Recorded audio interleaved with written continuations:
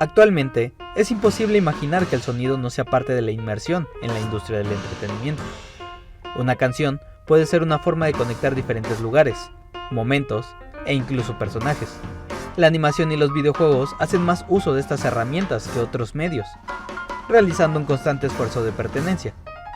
Es por ello que los temas y openings son tan importantes, porque los autores buscan establecer una conexión personal entre la audiencia, la música y el show. Es por ello que los temas de L, Naruto y Fullmetal Alchemist son tan importantes. Esta música nos hace reconocer a los personajes, nos brinda una descripción general, pero ¿qué hay del progreso? O de sus emociones en un momento particular de la narrativa. La individualización de estas canciones es una práctica menos común, debido a que estas canciones son usadas constantemente en los clímax y momentos de acción. Por ejemplo, Rising Fighting Spirit de Naruto es usado constantemente en las resoluciones. Mientras tanto, Emilia de Fate Stay Night es usada de la misma manera, pero solo una vez en toda la serie. Para mí, el ejemplo más interesante de todos, que representa ambos aspectos, sería Shigatsu wa Kimi no Uso o Your Lie in April. Este show tiene una ventaja sobre el resto en el aspecto musical, porque la trama principal es sobre pianistas y las canciones más relevantes provienen de autores clásicos como Beethoven, Saint-Saëns y Chopin. Sé que es Chopin, pero si ellos lo pueden pronunciar así, ¿por qué yo no? A pesar de ello, creo que esto requiere una cierta habilidad de percepción e interpretación de los compositores, también un tema presente en esta historia. ¿Pero a qué me refiero con que los personajes y las situaciones están bien representadas con la música? ¿Cómo se refleja esto en la animación? Estoy hablando específicamente de las presentaciones de los 4 intérpretes principales. Siempre coqueta Kaori, Hora del duelo Aiza, Femme Fatale Emi y Súbete al maldito piano Arima. Kaori nos es introducida con una canción de flauta juguetona, que muestra esta parte inocente de ella, pero es a través de su recital principal que nos es completamente representada. Su canción, Kreutzer, de Beethoven, describe su personalidad impaciente, con una interpretación agresiva de la misma. La pieza original es más larga y posee momentos más lentos. Pero al usar únicamente los momentos explosivos, esta representación brilla. La animación realiza cortes rápidos entre ella y la audiencia, escogiendo momentos claves para transmitir el impacto de las notas, destacando este momento. Siempre tratando de mantener una sensación de expectación para sentirnos parte de la audiencia y al mismo tiempo sentir la presión de estar arriba del escenario. Esto no es exclusivo de Kaori, sino de todos los recitales en el show.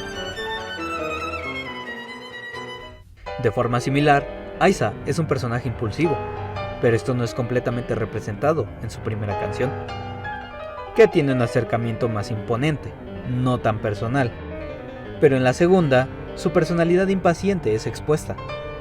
Las imágenes brincan entre cuando él era niño y sus deseos por superar a Arima. Su interpretación muestra determinación y melancolía, y culmina con gran pasión, representando su cambio a una percepción más amplia de sí mismo.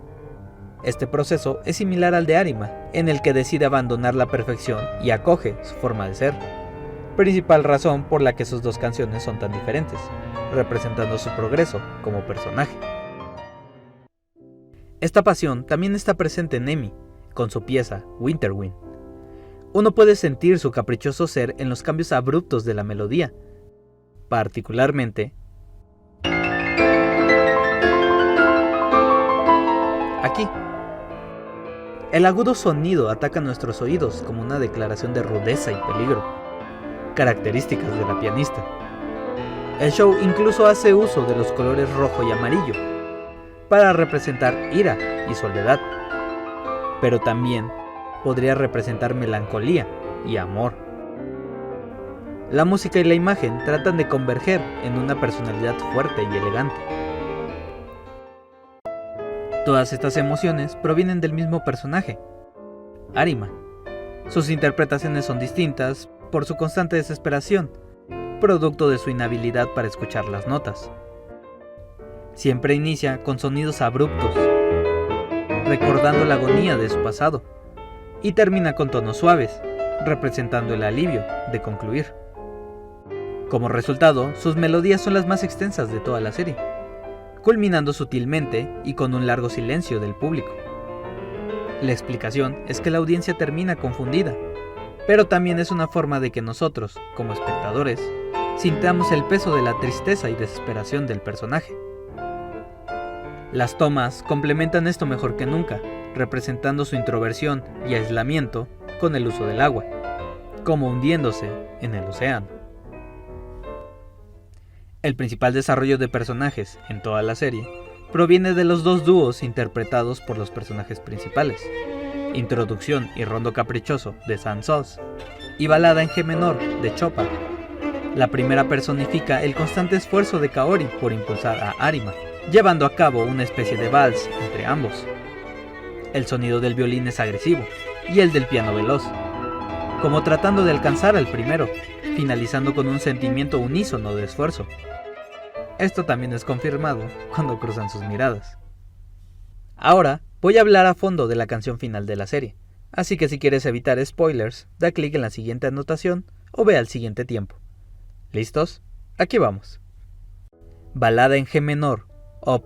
23, de Chopin, es una pieza que cualquiera que haya visto esta serie recordará por siempre. Por primera vez, Arima se siente en total control mientras toca, y la repentina aparición de Kaori, tocando el violín, cambia el tono de la canción de lenta y simple a alegre y reconfortante. Todo esto acompañado de una imagen de tranquilidad, en la que se encuentran sobre el agua, ya no envueltos en ella. La cinematografía del clímax se combina perfectamente con la música. Esta explosión de sonido y animación complementa las emociones del momento, retratando su resolución de dejar ir su pasado, su inhabilidad para tocar y, sobre todo, a su gran amor, Kaori. Esta serie sabe cómo presentar una gran resolución. Dicho esto, el resto de la serie tiene sus altibajos, creando un sentimiento de impaciencia por la próxima composición. Desgraciadamente, los momentos intermedios se sienten lentos. Esto es intencional, para que Arima creciera, pero es algo a tomar en cuenta al ver esta animación. Si no has visto esta serie, este sería un buen momento, por lo menos por la música. E incluso Eiichiro Oda envidia al creador de este manga, así que podría tener algo para ti. Les ha hablado el ajolote de la animación, apasionado entusiasta de este medio.